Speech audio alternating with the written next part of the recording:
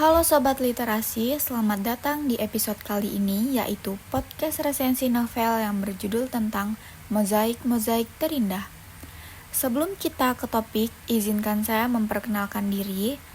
Nama saya Melinda Aulia Putri dari Fakultas Ekonomi dan Bisnis dengan NPM 2441120. Novel Mozaik-Mozaik Terindah karya Andrea Hirata. Mozaik-Mozaik Terindah merupakan kumpulan cerita pendek yang disusun menjadi satu narasi utuh.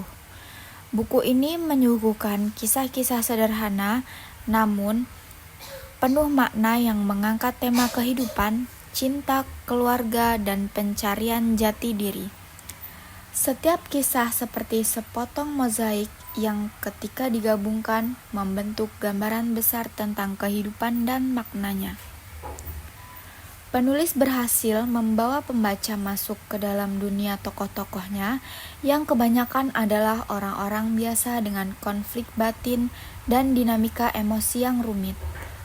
Buku ini tidak hanya menjadi bacaan yang menghibur, tetapi juga memberikan ruang refleksi untuk pembaca.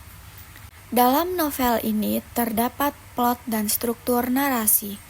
Buku ini tidak memiliki alur yang linear. Setiap cerita berdiri sendiri, namun terjalin dalam tema yang sama, pencarian makna dalam hidup. Penulis mengajak pembaca untuk memahami setiap fragmen kehidupan yang ditawarkan melalui narasi yang sederhana, tetapi memiliki makna mendalam. Cerita-cerita pendek yang memberikan warna tersendiri meskipun tidak selalu terkait secara langsung. Karakterisasi. Karakter dalam cerita-cerita di buku ini digambarkan dengan sangat manusiawi. Tokoh-tokoh dalam kisah ini kebanyakan adalah orang-orang yang biasa hidup dengan kekhawatiran, harapan, dan konflik batin mereka. Penulis berhasil membuat pembaca terhubung secara emosional dengan para tokoh melalui perasaan dan situasi yang mereka alami. Tema utama dalam buku ini adalah refleksi kehidupan, terutama tentang cinta, keluarga, dan perjuangan pribadi. Melalui berbagai sudut pandang, penulis menyentuh aspek-aspek kehidupan yang sering dianggap sepele, tetapi memiliki makna yang mendalam. Buku ini juga mengeksplorasi bagaimana manusia menemukan kebahagiaan dalam kesederhanaan dan bagaimana mereka menghadapi tantangan emosional dalam kehidupan sehari-hari. Buku ini juga memiliki kelebihan, yaitu bahasa indah dan puitis. Salah satu kekuatan buku ini terletak pada gaya bahasa penulis yang indah dan penuh dengan metafora. Penggunaan bahasa yang puitis berhasil memberikan kedalaman pada setiap cerita dan pencipta nuansa kontemplatif yang menggugah emosi pembaca. Kedua, cerita ini yang relatable. Meski tema sederhana, cerita dalam buku ini sangat mudah untuk dipahami dan dihubungkan dengan kehidupan sehari-hari. Setiap pembaca bisa menemukan potongan kehidupan mereka sendiri dalam mozaik-mozaik yang ditawarkan penulis.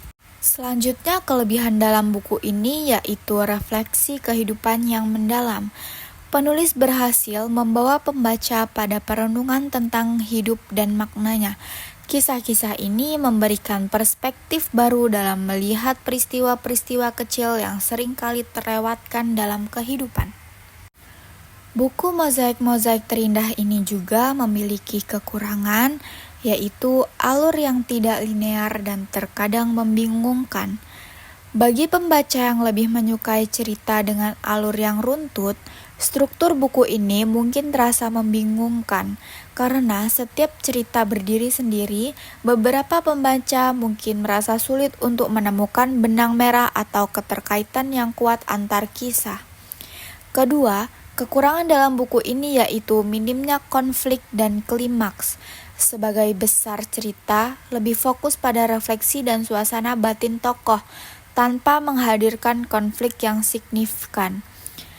Hal ini membuat beberapa cerita terasa datar dan kurang dinamis bagi pembaca yang mencari kisah dengan ketegangan atau klimaks yang jelas. 3. Bahasa yang terlalu puitis. Meskipun bahasa yang puitis menjadi kelebihan, hal ini juga bisa menjadi kekurangan bagi pembaca yang tidak terbiasa dengan penulisan yang penuh metafora. Beberapa bagian mungkin sulit dipahami atau terasa terlalu terbelit-belit. Kesimpulannya dalam Mozaik-Mozaik Terindah ini adalah buku yang menyuguhkan keindahan dalam kesederhanaan kehidupan sehari-hari. Gaya bahasa yang puitis dan reflektif membuat buku ini menjadi bacaan yang mendalam dan mengajak pembaca untuk merenung. Namun, alur yang tidak linear dan minimnya konflik membuat buku ini mungkin kurang cocok bagi mereka yang lebih menyukai cerita yang penuh dinamika. Secara keseluruhan, buku ini sangat layak dibaca bagi mereka yang mencari bacaan ringan namun penuh makna dan refleksi tentang kehidupan. Oke, sekian resensi novel dari saya. Maaf bila ada kata yang salah, saya akhiri. Wassalamualaikum warahmatullahi wabarakatuh.